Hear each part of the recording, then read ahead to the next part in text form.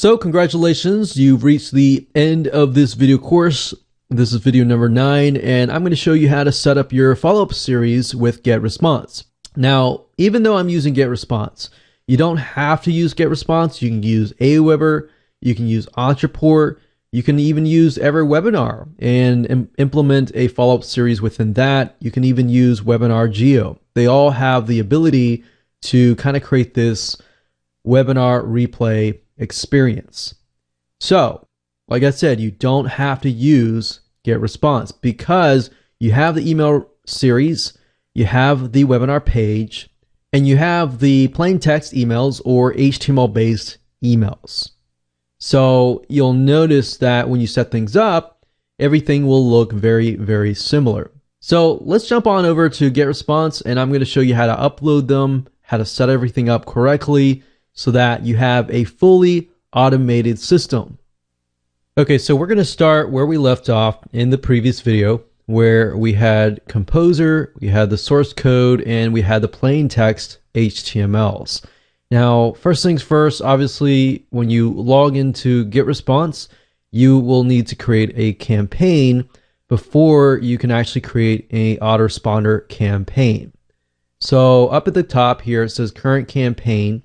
We just click here, we click on create campaign, and you can copy campaign settings from other campaigns if you would like, but in this case, I'm just going to keep it standard. We're going to call this test email series. I'm going to click on create campaign.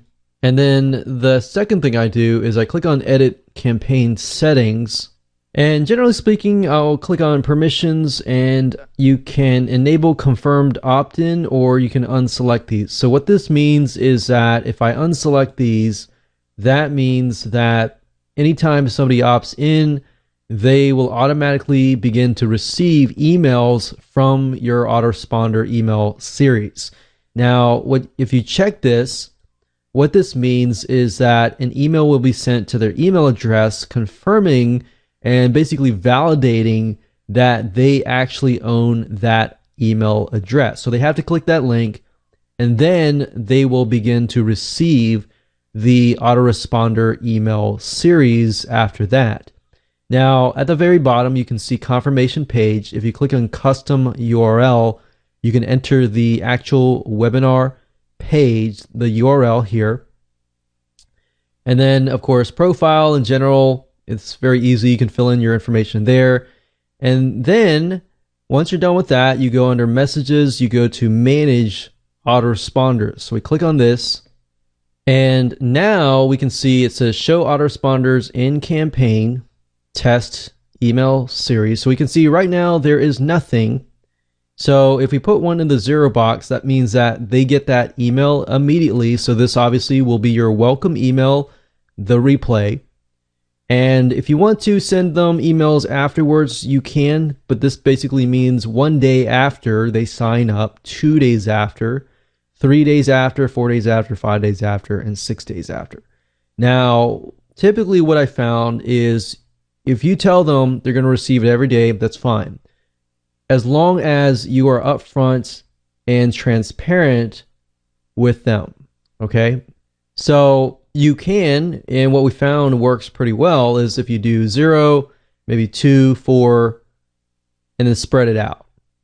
Just try to spread it out as much as possible so you don't bombard them. But if you do every day, that's fine too, as long as you let them know. As long as in the welcome email, you let them know what's happening and you're transparent about it, that's fine. So let's go ahead and click the 0 here.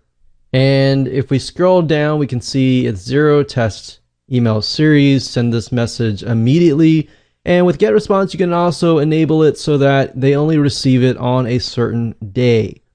So you could remove the Saturday and Sunday if you would like. If you find that most of your audience operates better through the weekdays, you can do that. But we're going to leave it as it is. We're going to go ahead and click on create new email. And it's going to ask you for your subject line. And with GetResponse, you have a variety of pre-designed templates that you can pick and choose from if you want to use something fancy. You can use plain text email, and if you click on plain text email, this is what it looks like. So nothing really fancy here. All you have to do is simply take the body right here, put it in here, copy it in here. So I just copied and pasted it in here. Now to personalize the first name, you basically click on personalize up at the top and click on first name and comma. So anytime that appears, they're going to actually see their name. All right. So that's all you have to do. Click on next step and you're pretty much done. Now I'm going to go back to the previous step because I want to show you how to enter the HTML based emails. Now, like I said earlier, if you use HTML based, it's a lot better just because you will know if somebody actually opened their email. If you use plain text, you're not really going to know if they opened the email or not. You get a lot better statistics if you use the HTML emails. So I'm going to go ahead and click on replace. You're not going to see this if you go straight here, but it's just warning us that we're replacing the plain text that we entered earlier. So it's pretty much either or. You can pick and choose plain text or HTML. So now what we need to do is simply enter the code here. So I'm going to go to Composer, and remember we go to the source tab, we can select all, and then we're going to copy all of it in here. So that's that. We can click on Show WYSIWYG, which is basically what you see is what you get. So remember, this is what it looked like, right? So everything looks good. We're going to click on Next Step, and we've pretty much entered the first email.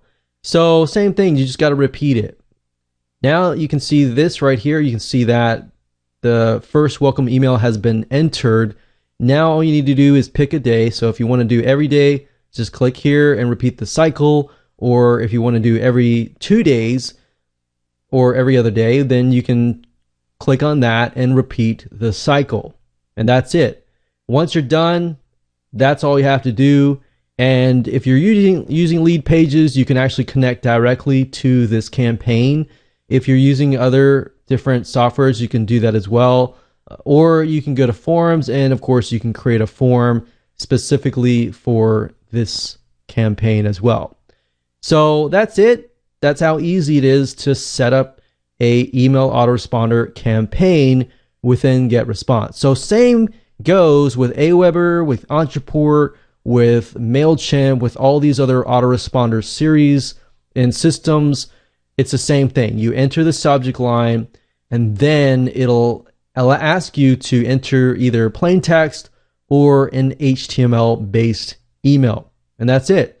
So congratulations, you've reached the end of this video course, and you can implement and make sure that you take action. All right.